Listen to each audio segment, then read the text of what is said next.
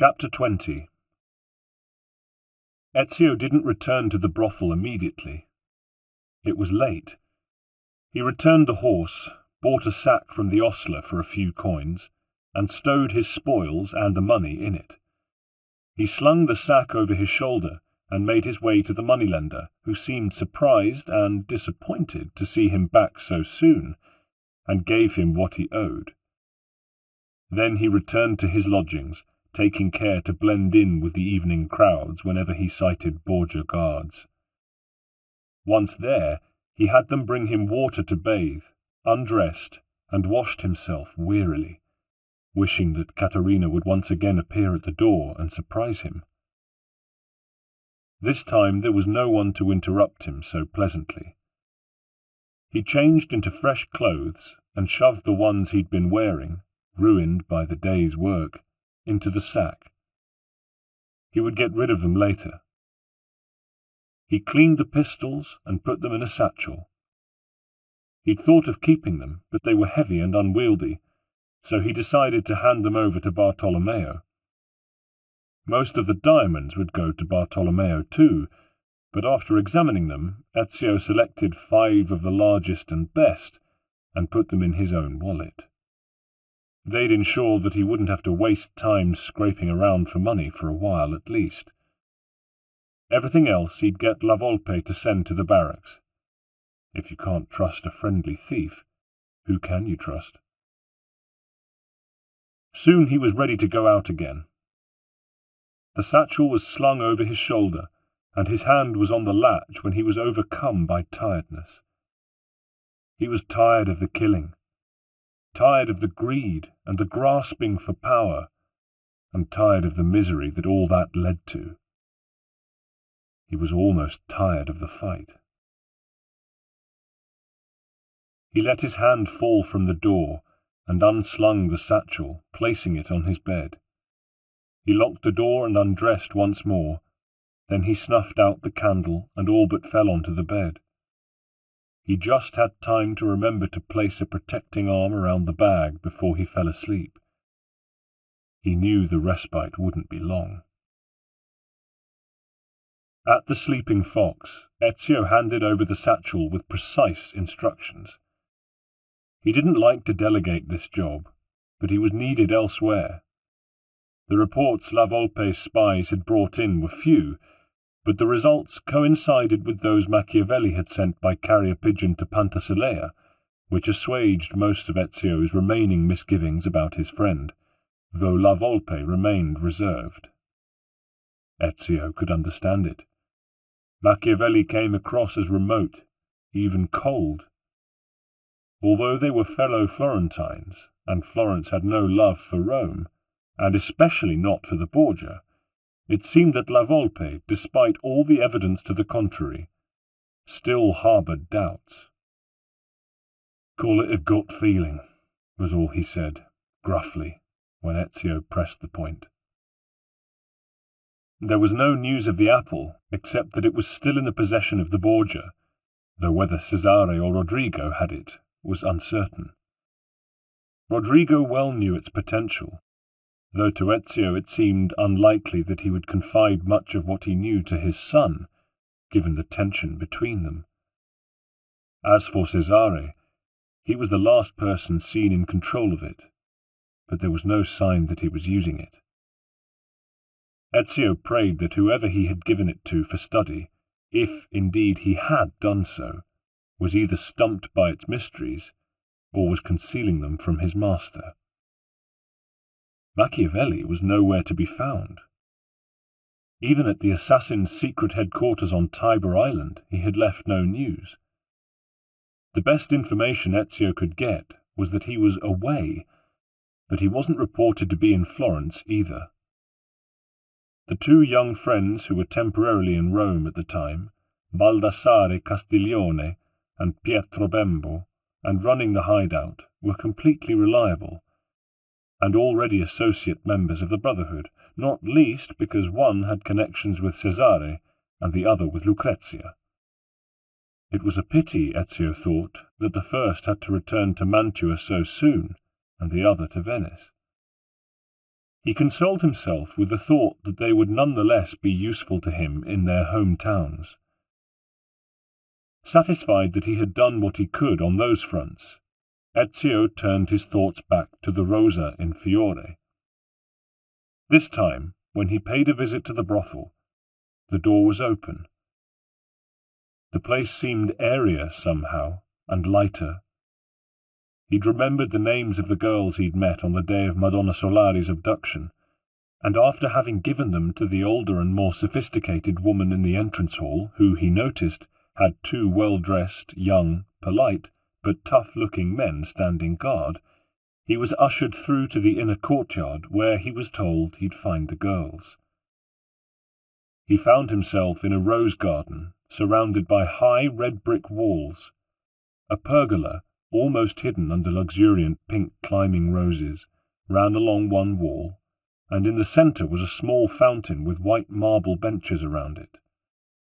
The girls he sought were with a group of others, talking to two older women whose backs were to him. They turned on his approach. He was about to introduce himself, he'd decided to try another tack this time, when his jaw dropped. "Mother! Claudia! What are you doing here?" "Waiting for you. Ser Machiavelli told us we might find you here, before he left." "Where is he? Did you see him in Florence?" "No." "But what are you doing here in Rome?" he repeated dumbly. He was filled with shock and anxiety. "Has Florence been attacked?" "No, nothing like that," said Maria. "But the rumours were true. Our palazzo has been destroyed. There is nothing for us there." "And even if it were not in ruins, I would never go back to Mario's Rocca at Monteriggioni," put in Claudia. Ezio looked at her and nodded. He understood what a backwater that place would seem to a woman like her, but his heart was troubled. "So we have come here. We have taken a house in Rome," continued Maria. "Our place is with you." Thoughts raced through Ezio's mind. In his innermost heart, though he scarcely admitted it to his conscious mind, he still felt that he might have prevented the deaths of his father and brothers. He had failed them. Maria and Claudia were all that was left of his family. Might he not fail them in the same way? He did not want them to be dependent on him. He attracted danger. If they were near him, would they not attract danger too? He didn't want their deaths on his head. They'd have been better off in Florence, where they had friends, where their safety, in a city once again stable under the wise management of Piero Soderini, would have been ensured. "Ezio," said Claudia, interrupting his thoughts, "we want to help." "I sought to keep you safe by sending you to Firenze." He tried to keep the impatience out of his voice, but found that he was snapping as he spoke. Maria and Claudia looked shocked, and although Maria let it go quickly, Ezio could see that Claudia was wounded and offended. Had she picked up something of his thoughts? Luckily, they were interrupted by Agnella and Lucia. "Messer, excuse us, but we are anxious. We still have no news of Madonna Solari. Do you know what has become of her?" Ezio's thoughts were still on Claudia and the expression in her eyes, but his attention switched at the question. Cesare must have done a good cover-up job. But then again, bodies were found in the Tiber practically every day, and some of them had been there for some time. "She's dead," he said abruptly. "What?" cried Lucia. "Merda," said Agnella succinctly. The news spread quickly among the girls. "What do we do now?" asked one. "Will we have to close?" asked another. Ezio deduced the undercurrent of their anxiety. Under Madonna Solari, however inefficient Machiavelli had said she was, These girls had been collecting information for the assassins. Without protection, and if, as Solari's death suggested, Cesare had his suspicions about the Rosa and Fiore, what might their fate be? On the other hand, if he had thought that Solare wasn't the only spy in the place, wouldn't he have made a move by now? That was it. There was still hope. "You cannot close," he told them. "I need your help." "But, Messere, without someone to run things, we are finished." A voice near him said decisively, "I'll do it." It was Claudia. Ezio wheeled on her. "You do not belong here, sister." "I know how to run a business," she retorted. "I ran Uncle Mario's estates out in the sticks for years." "This is quite different." His mother's calming voice intervened. "What alternative do you have, Ezio? You need someone fast, evidently, and you know you can trust your sister." Ezio saw the logic of this, but it would mean putting Claudia on the front line, the very place he most dreaded her being. He glared at her, and she returned the look with defiance. "You do this, Claudia, and you're on your own. You'll get no special protection from me." "I've done perfectly well without that for 20 years, she sneered. "Fine," he returned icily. "Then you'd better get down to work. First of all, I want this place thoroughly cleaned up, redecorated, and improved in every way. Even this garden needs a good job done on it. I want this place to be the best establishment in town, and God knows you've got competition. And I want the girls clean. This new disease no one seems to know much about. It's rife in all the ports and in the biggest cities, so we all know what that means." "We'll see to it," replied Claudia coldly. "You'd better. And there's another thing.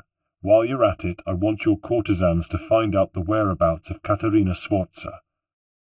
He remained stony-faced. "You can count on us." "You're in this now, Claudia. Any mistakes and they're on your head." "I can take care of myself, brother." "I hope you can," growled Ezio, turning on his heel. Chapter 21. Ezio was busy for the next few weeks, consolidating the remaining forces of the Brotherhood gathered in Rome, and deciding what use to make of the initial information he had gathered from La Volpe and from the early reports sent by Bartolomeo. He hardly dared hope that the tide was turning against the Borgia, but it could be that he was looking at the beginning of the end. He remembered, however, the old adage about how much easier it is to handle a young lion than to approach an old, experienced one. Set against his cautious optimism was the fact that Cesare's grip on the Romagna was tightening, while the French held Milan. Nor had the French withdrawn their support from the papal commander. Years earlier, the Cardinal of San Pietro in Vincula, Giuliano della Rovere, the Pope's great enemy, had tried to turn the French against the Borgia and topple Alexander from his seat, but Alexander had outwitted him. How could Ezio succeed where della Rovere had failed? At least no one had poisoned the Cardinal. He was too powerful for that, and he remained Ezio's trump card. Ezio had also decided, though this he kept to himself, that his mission should be to encourage the Brotherhood to relocate their headquarters permanently to Rome. Rome was at the centre of world affairs, and the centre of world corruption. Where else could be better suited, especially now that Monteriggioni was no longer a viable option? Ezio had plans for a system of distribution of the Brotherhood's funds, in response to individual assassins' successfully completed missions. Those diamonds he'd taken from the slave traders had come in very handy, and been a welcome addition to the campaign fund. One day. But one day was still a long way off. The Brotherhood still had no new elected leader, though by common consent and by virtue of their actions, he and Machiavelli had become its temporary chiefs. This was only temporary, though, and nothing had been ratified in formal council. Caterina still preyed on Ezio's mind. He had left Claudia to oversee the renovation of the Rosa in Fiore without any supervision or interference. Let her sink or swim in her own overweening confidence. It would be no fault of his if she sank. The brothel was an important link in his network, however, and he admitted to himself that if he really had no faith in her, he might have leaned on her harder in the first place. Now was the time to put her work, what she had achieved, to the test. When he returned to the Rosa in Fiore, he was as surprised as he was pleased. It was just as successful as his other transformations in the city and at Bartolomeo's barracks, though he was modest and realistic enough not to take all the credit for those. He hid his delight as he took in the sumptuous rooms hung with costly tapestries, the wide sofas, the soft silk cushions, and the white wines chilled with ice, an expensive luxury. The girls looked like ladies, not whores, and from their manner someone had evidently taught them to be more refined. As for the clientele, the least he could infer was that business was booming, and though he'd had his reservations about the nature of their standing earlier, there could be no doubt now. Looking around the central salon, he could see at least a dozen cardinals and senators, as well as members of the Apostolic Camera and other offices of the Curia. They were all enjoying themselves, all relaxed, and all, he hoped, unsuspecting. But the proof of the pudding would lie in the value of the information Claudia's courtesans were able to extract from this venal bunch of slobs. He caught sight of his sister, modestly dressed, he was glad to see, talking rather too affectionately, to his mind, to Ascanio Sforza, the former vice-chancellor of the Curia, and now in Rome again after his brief disgrace, trying to wheedle his way back into papal favour. When Claudia caught sight of Ezio, her expression changed. She excused herself from the cardinal and came towards him, a brittle smile on her face. "Welcome to the Rosa in Fiore, brother," she said. Indeed, he did not smile. "As you can see, it is the most popular brothel in Rome." "Corruption is still corruption, however well dressed it is." She bit her lip. "We have done well. And don't forget why this place really exists." "Yes," he replied. "The Brotherhood's money seems to have been well invested." "That's not all. Come to the office." To Ezio's surprise, he found Maria there, doing some paperwork with an accountant. Mother and son greeted each other guardedly. "I want to show you this," said Claudia, producing a book. "Here is where I keep a list of all the skills taught to my girls." "Your girls?" Ezio could not keep the sarcasm out of his voice. His sister was taking to this like a duck to water. "Why not? Take a look." Her own manner had tightened. Ezio leafed through the proffered book. "You aren't teaching them much." "Think you could do better?" she answered sarcastically. "Nessun problema," Ezio said unpleasantly. Sensing trouble, Maria abandoned her accounts and came up to them. "Ezio," she said, "the Borgia make it difficult for Claudia's girls. They keep out of trouble, but it's hard to avoid suspicion. There are several things you could do to aid them." "I'll keep that in mind. You must let me have a note of them." Ezio turned his attention back to Claudia. "Anything else?" "No." She paused, then said, "Ezio." "What?" "Nothing." Ezio turned as if to go. Then he said, "Have you found Caterina?" "We are working on it," she replied coldly. "I'm glad to hear it." "Bene. Come to see me at Isola Tiberina the minute you have found out exactly where they are holding her." He inclined his head towards the sounds of merriment coming from the central salon. "With this lot to milk, you shouldn't find it that difficult." He left them to it. Outside in the street, he felt guilty about the way he'd behaved. They seemed to be doing a great job. But would Claudia be able to hold her own? Inwardly he shrugged. He acknowledged once again that the true source of his anger was his own anxiety about his ability to protect those he held most dear. He needed them, he knew, but he was aware that his fear for their safety made him vulnerable. Chapter 22. Ezio's long-awaited reunion with Machiavelli finally took place on Tiber Island soon after the encounter at the brothel. Ezio was reserved at first. He didn't like any of the Brotherhood disappearing without his knowing where they had gone, but he recognized in his heart that, for Machiavelli, he must make an exception.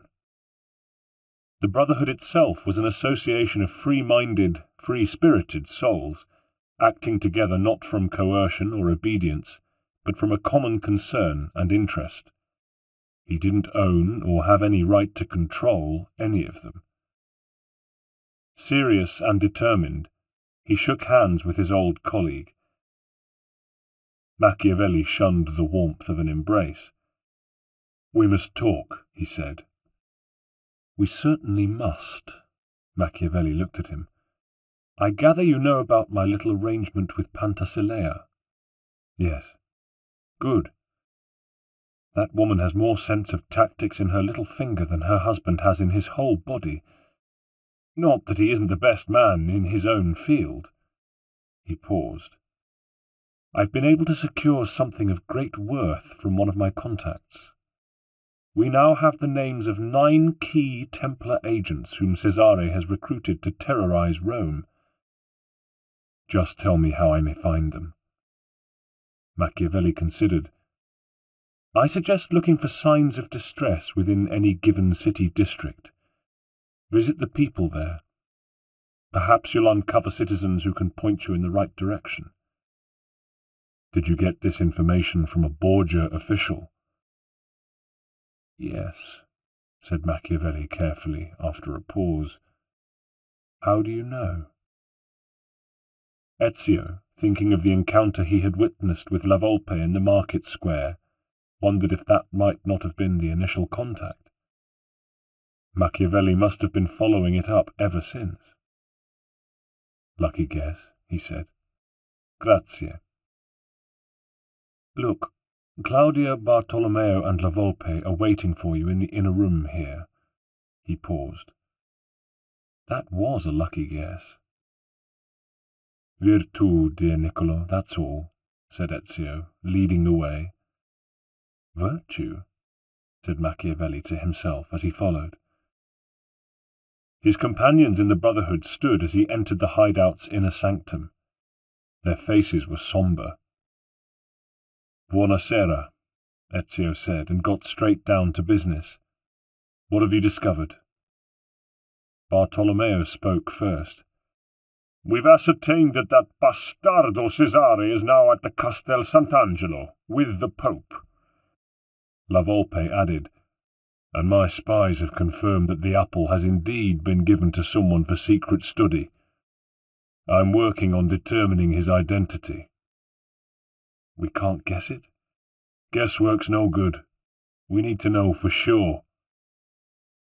"I have news of Caterina Sforza," Claudia put in. "She will be moved to the prison within the Castel next week, on Thursday towards dusk." Ezio's heart involuntarily skipped a beat at this, but it was all good news. "Bene," said Machiavelli. "So the Castel it is. Rome will heal quickly once Cesare and Rodrigo have gone." Ezio held up a hand. Only if the right opportunity to assassinate them arises will I take it. Machiavelli looked irritated. Do not repeat your mistake in the vault. You must kill them now. I'm with Niccolo, said Bartolomeo. We shouldn't wait. Bartolomeo is right, agreed La Volpe. They must pay for Mario's death, said Claudia. Ezio calmed them. Do not worry, my friends. They will die. You have my word. Chapter 23. On the day appointed for Caterina's transfer to Castel Sant'Angelo, Ezio and Machiavelli joined the crowd that had gathered in front of a fine carriage, its windows closed with blinds, whose doors bore the Borgia crest. Guards surrounding the carriage kept the people back, and it was no wonder, because the mood of the people was not unanimously enthusiastic. One of the coachmen leapt down from his box and hastened round to open the near-side carriage door, pulled down the steps, and stood ready to assist the occupants down. After a moment, the first figure emerged, wearing a dark blue gown with a white bodice. Ezio recognized the beautiful blonde with the cruel lips immediately. He had last seen her at the sacking of Monteriggioni, but it was a face he could never forget. Lucrezia Borgia. She stepped down to the ground, all dignity, but this was lost as she reached back into the carriage, seized hold of something, or someone, and pulled hard. She dragged Caterina Sforza out by her hair and flung her to the ground in front of her. Bedraggled and in chains, wearing a coarse brown dress, Caterina in defeat still had greater presence and spirit than her captor would ever know. Machiavelli had to put a restraining hand on Ezio's arm as he automatically started forward. Ezio had seen enough loved ones maltreated, but this was time for restraint. A rescue attempt now would be doomed to failure. Lucrezia, one foot on her prostrate victim, started to speak. Salve, cittadini di Roma! Hail, citizens of Rome! Behold a sight most splendid! Caterina Sforza, the she-whore of Forli. Too long has she defied us. Now she has at last been brought to heel. There was little reaction from the crowd at this, and in the silence Caterina raised her head and cried, Ha! No one stoops as low as Lucrezia Borgia. Who put you up to this? Was it your brother? Or your father? Perhaps a bit of both. Perhaps at the same time, eh? After all, you all pen in the same sty. Chiudi la bocca! Shut your mouth! Screamed Lucrezia, kicking her. No one speaks ill of the Borgia. She bent down, dragging Caterina up to her knees, and slapped her hard, so that she fell into the mud again. She raised her head proudly. The same will happen to any who dare to defy us. She motioned to the guard, who seized the hapless Caterina, dragged her to her feet, and manhandled her in the direction of the Castel gates. Still, Caterina managed to cry out, Good people of Rome, stay strong. Your time will come. You will be free of this yoke, I swear it. As she disappeared, and Lucrezia got back into her carriage to follow, Machiavelli turned to Ezio. Well, the Contessa hasn't lost any of her spirit. Ezio felt drained. They're going to torture her. It is unfortunate that Forli has fallen, but we will get it back. We will get Caterina back too, but we must concentrate. You are here now for Cesare and Rodrigo. Caterina is a powerful ally, one of us indeed. If we help her now, while she is weak, she will aid us in return. Perhaps, but kill Cesare and Rodrigo first. The crowd was beginning to disperse, and apart from the sentries at the gate, the Borgia guards withdrew into the castle. Soon only Machiavelli and Ezio were left, standing in the shadows. "Leave me, Niccolo," said Ezio as the shadows lengthened. "I have work to do." He looked up at the sheer walls of the ancient circular structure, the mausoleum of the Emperor Hadrian, built over 1,000 years earlier and now an unassailable fortress. Its few windows were high up and its walls sheer. Connected to St. Peter's Basilica by a fortified stone corridor, it had been a great papal stronghold for nearly 200 years. Ezio studied the walls. Nothing was completely impregnable. By the light of the torches flickering in their sconces, as night fell, his eyes began to trace the slight ridges, fissures, and imperfections which, however small, would enable him to climb. Once he'd planned his route, he leapt up like a cat to the first hand and footholds, digging fingers and toes in, steadying his breath, and then deliberately, unhurriedly, started to scale the wall, wherever possible keeping away from the light cast by the torches. Halfway up, he came to an opening, an unglazed window in a stone frame beneath which, on the inner side of the wall, was a walkway for guardsmen. He looked each way along it, but it was deserted. Silently, he swung himself over and looked down, on the other side of the walkway, over a railing into what he quickly saw was the stable yard. 4 men were walking there, and he recognized every one of them. Cesare was holding some kind of conference with 3 of his chief lieutenants, the French general Octavien de Valois, Cesare's personal banker and close associate Juan de Borgia Lansol de Romani, and a lean man in black with a cruel, scarred face, Micheletto da Correia, Cesare's right-hand man and most trusted killer. "Forget the Pope," Cesare was saying. "You answer only to me. Rome is the pillar that holds our entire enterprise aloft. She cannot waver, which means neither can you." "What of the Vatican?" asked Octavian. "What? That tired old men's club?" answered Cesare contemptuously. "Play along with the cardinals for now, but soon we shall have no more need of them." With that, he went through a door leading from the stable yard, leaving the other 3 alone. "Well, it looks as if he's left Rome for us to manage," said Juan after a pause. "Then the city will be in good hands," said Micheletto evenly. Ezio listened for a while longer, but nothing more was said that he didn't already know, so he continued his climb around the outer wall in a quest to locate Caterina's whereabouts. He saw light coming from another window, glazed this time, but open to the night air, and with an outer sill on which he could partially support himself. Doing so, he looked cautiously through the window into a candlelit corridor with plain wooden walls. Lucrezia was there, sitting on an upholstered bench, writing in a notebook, but every so often she looked up, as if she were expecting someone. A few minutes later, Cesare came through a door at the far end of the corridor and made his way hurriedly towards his sister. "Lucrezia," he said, and kissed her. It was no fraternal kiss.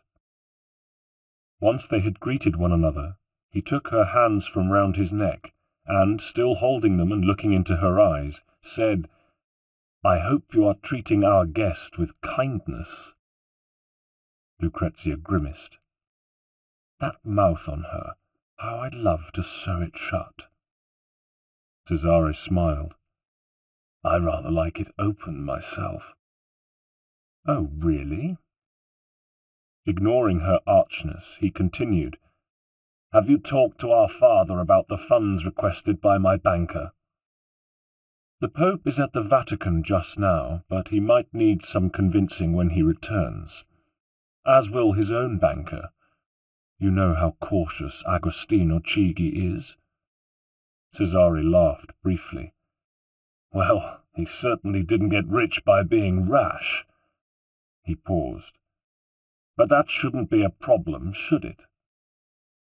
Lucrezia wound her arms round her brother's neck again, nuzzling against him. "No, but it gets quite lonely sometimes without you here. You and I spend so little time together these days, busy as you are with your other conquests." Cesare held her to him.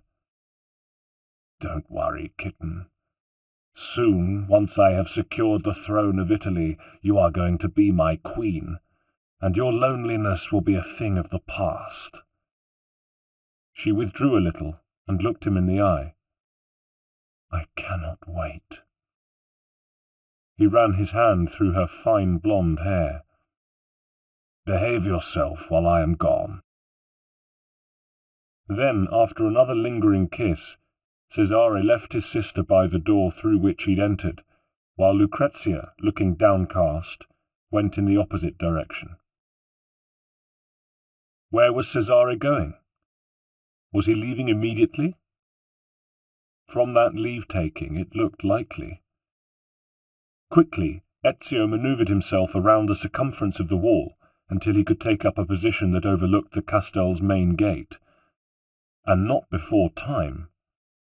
As he watched, the gate was being thrown open amid cries from the guards of, "Attention! The Captain General is leaving for Urbino!" And shortly afterwards, on a black horse, Cesare rode forth, accompanied by a small entourage. "Buona fortuna, Padrone Cesare!" cried one of the officers of the watch. Ezio watched his arch-enemy ride off into the night. That was a flying visit, he thought to himself, and no chance to kill him at all. Niccolò will be very disappointed. Chapter 24. Ezio turned his attention back to the task in hand, finding Caterina. High up on the western side of the Castel, he noticed a small window set deep in the wall from which a faint light came. He made his way to it. When he reached it, he saw that there was no sill on which to rest. Instead, there was a narrow transom projecting above the window, which he could cling to securely with one hand. He looked into the room. It was empty, though a torch burned on one wall. It looked like a guard-room, though, so Ezio hoped he was on the right track. Further along on the same level was another similar window. Ezio made his way to it and peered through the bars, though there seemed no reason for them. No one slim enough to escape through this window would be able to climb down a good 150 feet to the ground, and then make it across the open ground to the river and possible safety. The light was dimmer here, but Ezio could see immediately that it was a cell. He drew in his breath sharply. There, still in chains, was Caterina. She sat on a rough bench against one wall, but Ezio could not see if she was chained to it. Her head was down, and Ezio did not know if she was awake or asleep. Whatever the case, she raised her head at a thunderous hammering on the door. "Open up!" Ezio heard Lucrezia cry. One of the two guards outside the door, who had both been dozing, hastened to obey. "Yes, Altezza. At once, Altezza." Once inside the cell, and followed by one of the guards, Lucrezia wasted no time at all. From the conversation Ezio had already heard, he could guess the reason for her fury. Jealousy. Lucrezia believed that Caterina and Cesare had become lovers. He could not believe that to be true. The thought of Caterina being defiled by such a monster of depravity was something his mind refused to accept. Lucrezia rushed across the cell and pulled Caterina to her feet by her hair, bringing her face close to her prisoner's. "You bitch! How was your journey from Forli to Rome? Did you ride in Cesare's private carriage? What did you get up to?" Caterina looked her in the eye. "You're pathetic, Lucrezia. Even more pathetic if you think I'd live by the same standards as you." Enraged, Lucrezia threw her to the floor. "What did he talk about? His plans for Naples?" She paused. "Did you enjoy it?" Wiping blood from her face, Caterina said, "I really can't remember." Her quiet insolence drove Lucrezia into a blind fury. Pushing the guard aside, she seized an iron bar used for securing the door and brought it down heavily across Caterina's back. "Perhaps you will remember this."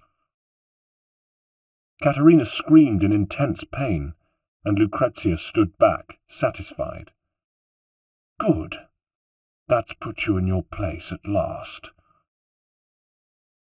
She threw the iron rod onto the floor and strode out of the cell. The guard followed her, and the door slammed shut. Ezio noticed that there was a grill set into it. "Lock it and give me the key," ordered Lucrezia from the outside. There was a rattle and a rusty creak as the key turned. Then a chain clattered as the key was handed over. "Here it is, Altezza." The man's voice was trembling. "Good. Now if I come back and catch you asleep at your post, I'll have you flogged. 100 lashes. Understood?" "Yes, Altezza." Ezio listened to Lucrezia's footsteps as they grew fainter. He considered. The best way to reach the cell would be from above. He climbed up until he came to another opening, which gave onto a guard's walkway. This time, sentries were on duty, but it seemed that there were only 2 patrolling together. He calculated that it must take them 5 minutes to complete the circuit, so he waited until they had passed, then swung himself inside once again. Crouching low, Ezio followed the guards at a distance until he came to a doorway in the wall from which a stone stairway led downwards. He knew that he'd climbed into the Castel 2 floors above where Caterina's cell was located, and so, 2 flights down, he left the stairway and found himself in a corridor similar to the one in which he'd seen the encounter between Cesare and Lucrezia, only this time it was clad in stone, not wood. He doubled back in the direction of Caterina's cell, encountering no one, but passing a number of heavy doors, each with a grille, suggesting they were cells. As the wall curved following the line of the Castel, he heard voices ahead and recognized the Piedmontese accent of the guard who'd been talking to Lucrezia.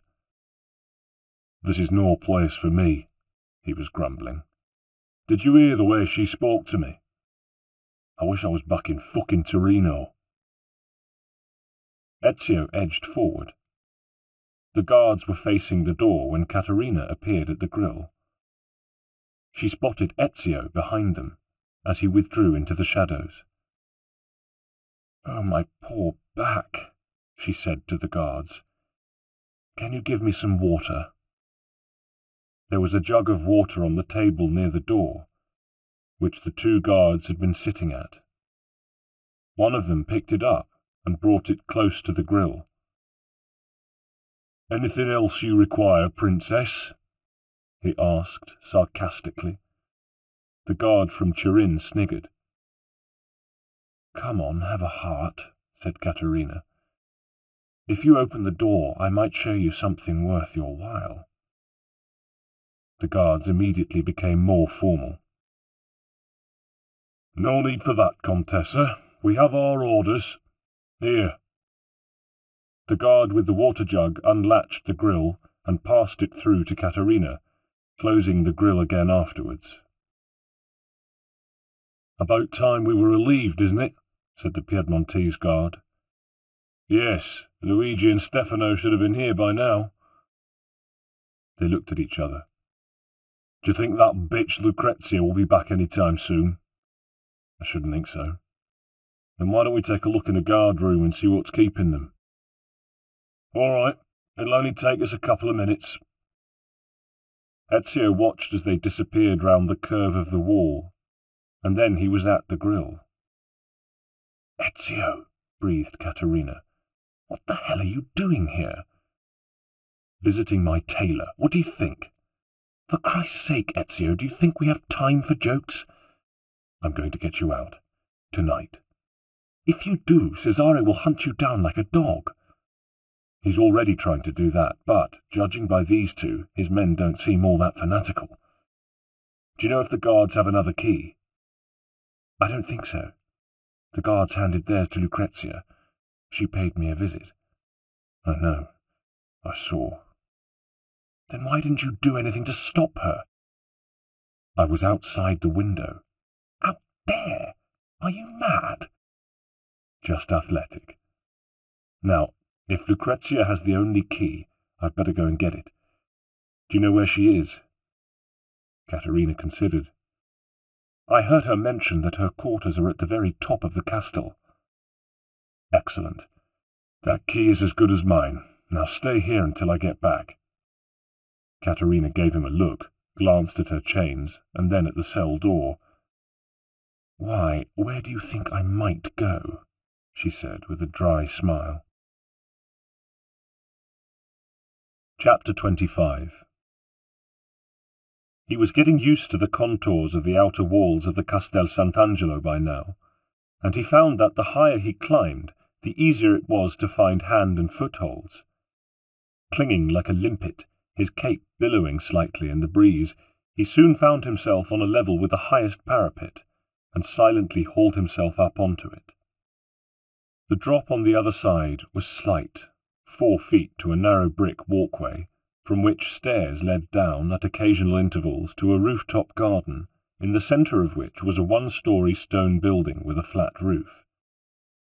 The building had broad windows, so it wasn't an additional fortification, and the light of many candles blazed within, revealing opulent and tastefully decorated rooms.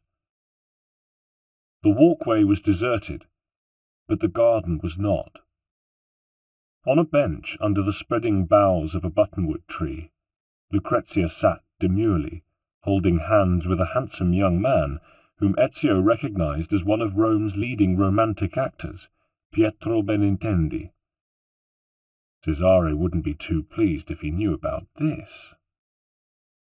Ezio, a mere silhouette, crept along the walkway to a point as close to the couple as he dared, grateful for the moon, which had risen by now, providing not only light, but also confusing, camouflaging pools of shade. He listened. I love you so. I want to sing it to the heavens, Pietro said ardently. Lucrezia shushed him. Please, you must whisper it only to yourself. If Cesare found out, who knows what he would do. But you are free, are you not? Of course I heard about your late husband, and I am very sorry, but— Quiet, you fool! Lucrezia's hazel eyes glittered. Do you not know that Cesare had the Duke of Bisceglie murdered? My husband was strangled. What? It's true. What happened?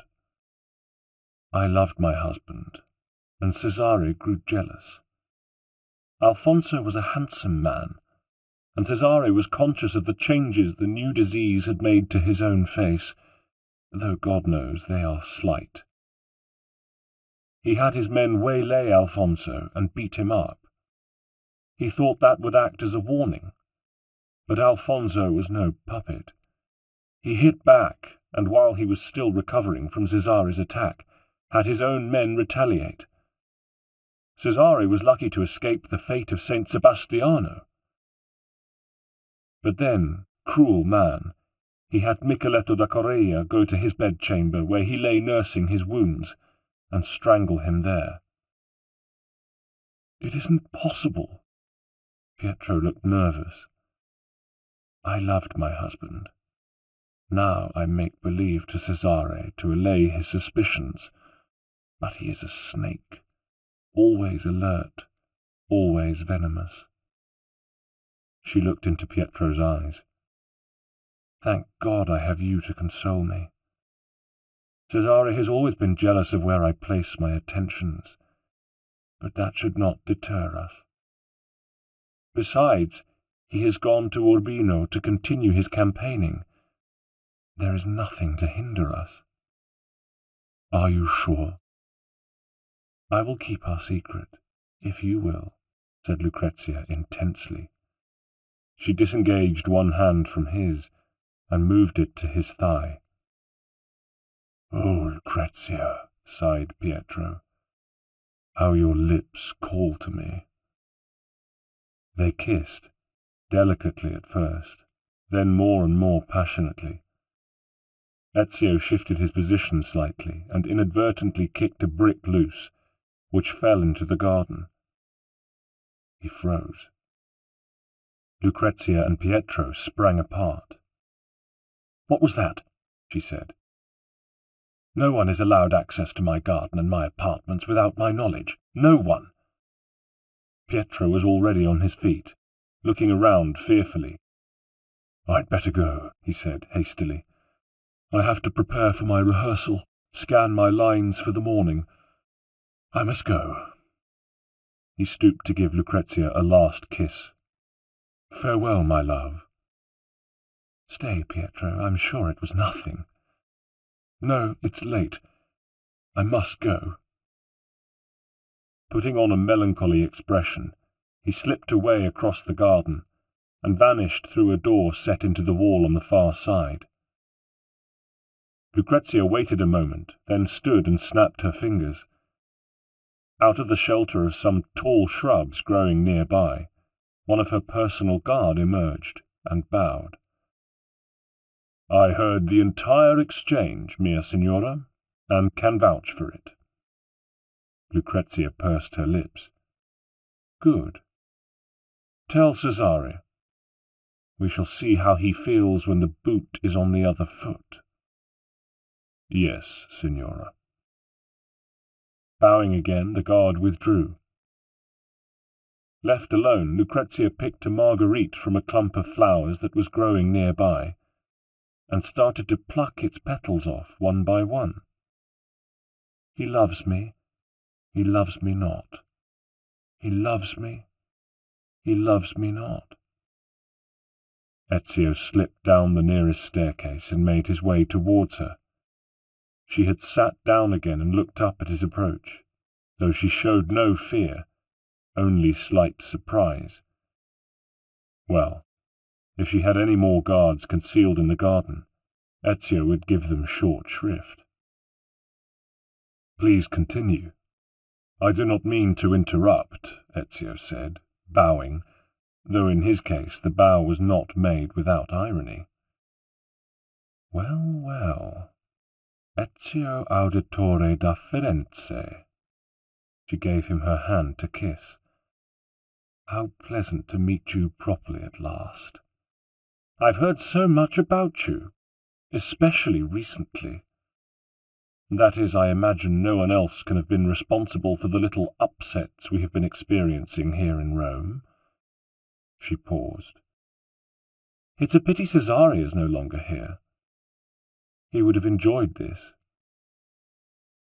I have no quarrel with you personally, Lucrezia. Free Caterina, and I will stand down. Her voice hardened slightly. I'm afraid that is impossible.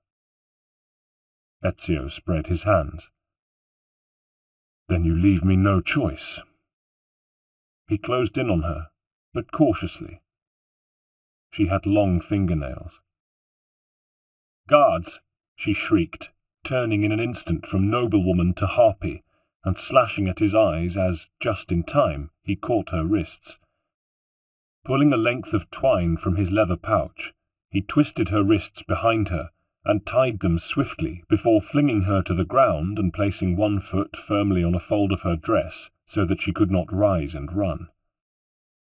Then he drew his sword and dagger and stood his ground, ready to face the 4 or 5 guards who came running from the direction of the apartments. Luckily for Ezio, they were lightly armed and heavily built, and wore no chainmail.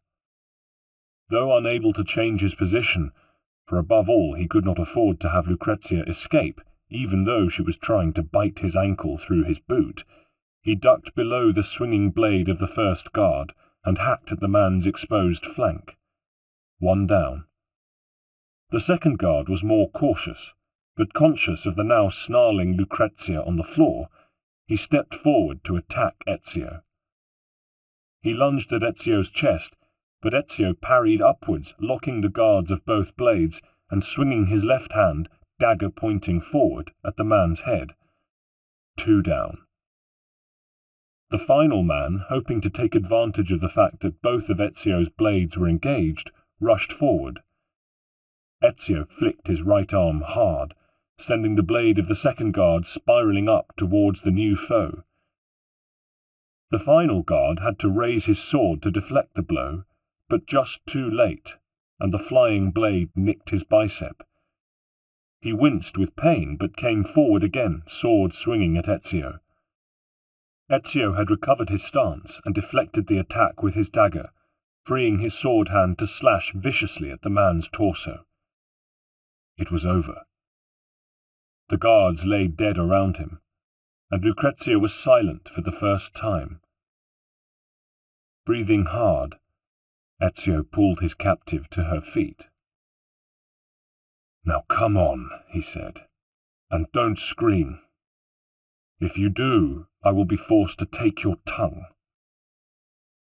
He dragged her towards the door through which Pietro had left, found himself in a corridor, and half pushed, half dragged Lucrezia back down the tower, in the direction of the cells. "Rescuing princesses from castles now, how romantic," Lucrezia spat. "Shut up. I suppose you think you're achieving great things, charging around, creating havoc, killing whomever you wish. I said shut up. But does your plan have any form? What do you think you're going to achieve? Don't you know how strong we are?" Ezio hesitated at a staircase leading down to the next floor. "Which way?" he asked her. She laughed and didn't reply. He shook her. "Which way?" "To the left," she replied sullenly. She was silent for a while, then started again. This time Ezio let her ramble on. He was sure of where he was now. She squirmed in his grip, but he was concentrating on 2 things, keeping a firm hold of her and being alert for any ambush by the Castel guards. "Do you know what became of the remains of the Pazzi family in Florence once you'd brought them to their knees? Your dear friend Lorenzo, the so-called Magnifico, stripped them of all their possessions and threw them into prison. All of them, even those who'd played no part in the conspiracy against him." Ezio's mind turned unwillingly to the revenge Caterina had taken over a rebellion against her in Forli. Her measures had far exceeded Lorenzo's. Indeed, they made them look mild. He shook the thoughts away. "The women were forbidden to marry, and the family tombstones were erased," Lucrezia went on. "Wiped from the history books. Poof! Just like that."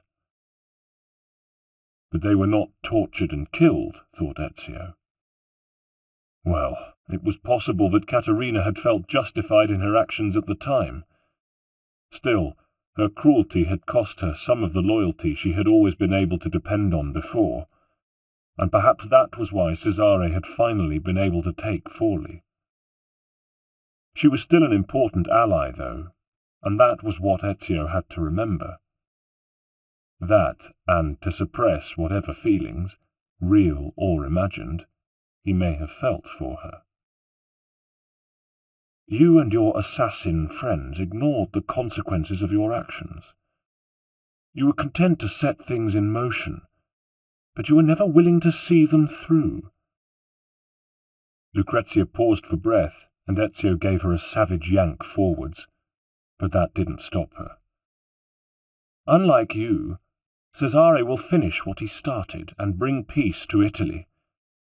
He kills for a higher purpose. Again, unlike you. The ignorant and the passive make easy targets, retorted Ezio. Say what you like, replied Lucrezia, realizing she had touched a nerve. In any case, my words are wasted here, you ipocrita. They had all but reached the cells now. Remember, Ezio said, drawing his dagger, if you try to warn your guards, your tongue. Lucrezia breathed hard, but was silent. Watchfully, Ezio inched forward. The two new guards were seated at the table, playing cards. Throwing Lucrezia to the ground in front of him, he leapt on them and dispatched them both before they had a moment to react. Then he spun round and charged after Lucrezia, who had got to her feet and begun to run back the way she'd come, screaming for help. He caught up with her in 2 bounds, clapped a hand over her mouth, and pulled her to him with his other arm, swinging her round and pushing her back towards Caterina's cell. She bit and tore at the gloved hand over her mouth, then, seeing she was powerless, appeared to give up and went limp. Caterina was already at the grill, which Ezio unlatched. "Salute, Lucrezia," said Caterina, smiling unpleasantly. "How I've missed you." "Vai a farti fottere troia." "Go fuck yourself, you whore." "Charming as always," said Caterina. "Ezio, bring her close. I'll take the key." She reached out as Ezio obeyed her order. He noticed that Caterina caressed Lucrezia's breasts as she reached between them and extracted the key, which hung on a black silk cord. Caterina passed the key to Ezio, who quickly unlocked the door. The same key fitted the padlock securing the chains. Caterina had not, after all, been chained to the wall, and as Caterina divested herself of these, Ezio shoved Lucrezia into the cell. "Guards! Guards!" screamed Lucrezia. "Oh, shut up," said Caterina, picking up a dirty rag from the guard's table and using it to gag her enemy. Then Ezio took some more twine and bound Lucrezia's ankles, before slamming the cell door shut and locking it securely. Ezio and Caterina looked at each other. "My hero," she said dryly. Ezio ignored that. "Can you walk?" Caterina tried, but stumbled. "I don't think I can. The manacles they had on me must have done some damage." Ezio sighed and lifted her into his arms. He'd have to drop her like a sack if they were surprised by the guards, and he needed to get to his weapons quickly. "Which way?" she asked. "Stables first, then the quickest route out of here." "Why save me, Ezio? Seriously. With Forli taken, I am useless to you." "You still have a family." "It isn't your family." Ezio kept walking. He remembered where the stable should be in relation to where they were. It was fortunate that Caterina seemed to be the only prisoner in this section, so there were no other guards about. Still, he trod softly and moved quickly, but not so fast as to lumber into a trap. Every so often he stopped and listened. She was light in his arms, and despite imprisonment, her hair still smelt of vanilla and roses, reminding him of happier times they had had together. "Listen, Ezio, that night in Monteriggioni, when we bathed together, I had to ensure your allegiance, to protect Forli. It was in the Assassin Brotherhood's interests as much as mine, but—" She broke off. "Do you understand, Ezio? If you had wanted my allegiance, all you had to do was ask for it. I needed you on my side. My loyalty and my sword arm on your side weren't enough. You wanted to be sure of my heart as well." Ezio walked on, shifting her weight in his arms. "But è la politica. Of course I knew it. You need not explain." His heart felt as if it had fallen down a bottomless mine shaft. How could her hair still be scented? "Caterina," he asked, his throat dry. Did Cesare—" She sensed, however dimly, what he felt, and smiled. With her lips, though, he noticed, not with her eyes. "Nothing happened. My name must still have some small value. I was left unspoiled." They had reached the main door of the stables. It was unguarded, but firmly closed. Ezio put Caterina down. "Try to walk a little. You must get the strength back in your ankles." He looked around for a means of opening the door, which had no bolts or handles. There had to be a way. "Try over there," said Caterina. "Isn't that a lever of some kind?" "Wait here," Ezio said. As if I had a choice. He made his way over to the lever, noticing as he went a square hole in the floor with an open trapdoor above it. From the smell beneath, it must have been some sort of grain store, and peering down he could make out a large number of sacks, and boxes too. Boxes of what looked like gunpowder. "Hurry," said Caterina. He took the lever in his hands and hauled on it. It was stiff at first, but under the strain of his muscles it gave a little at first, and then swung over easily. At the same time the door swung open. There were a couple of guards in the stable, who whirled round at the sound of the door creaking on its hinges, and rushed towards it, drawing their swords. "Ezio! Aiuto!" He sped over to Caterina, picked her up, and carried her towards the hole in the floor. "What are you doing?" He held her over the hole. "Don't you dare!" He dropped her down, unable to resist a short snicker at her yell of panic. It wasn't far, and he had time to see her land safely on the soft sacks before turning to face the guards. The fight was short and sharp, as the guards were heavy with fatigue and had been taken by surprise. Ezio's skills with the blade were more than a match for them. One of them managed to get a glancing blow in, but it only cut the material of Ezio's doublet and didn't reach the flesh. Ezio himself was tiring. When it was over, Ezio reached down and hauled Caterina out. "Figlio di puttana," she swore, dusting herself down. "Never do that to me again." He noticed that she seemed to be walking at least a little better already. Quickly he selected horses for them, and soon had them saddled and ready. He helped her onto one, and leapt into the saddle of the other himself. An archway led off one side of the stables, and through it he could see the main gate of the castel. It was guarded, but it was open. Dawn was approaching, and no doubt tradesmen from the city were expected to make deliveries. "Ride like hell," Ezio told her, "before they have time to realize what's going on, across the bridge, and then make for Tiber Island. You'll be safe there. Find Machiavelli, he'll be waiting for me." "But we both have to get away from here." "I'll follow, but for now I must stay and take care of the remaining guards, create a diversion, a delay, something." Caterina pulled the reins of her horse in, so that it reared. "Get back in one piece," she said, "or I will never forgive you." Ezio hoped she meant it as he watched her kick the horse into a gallop. She charged past the guards at the main gate, scattering them.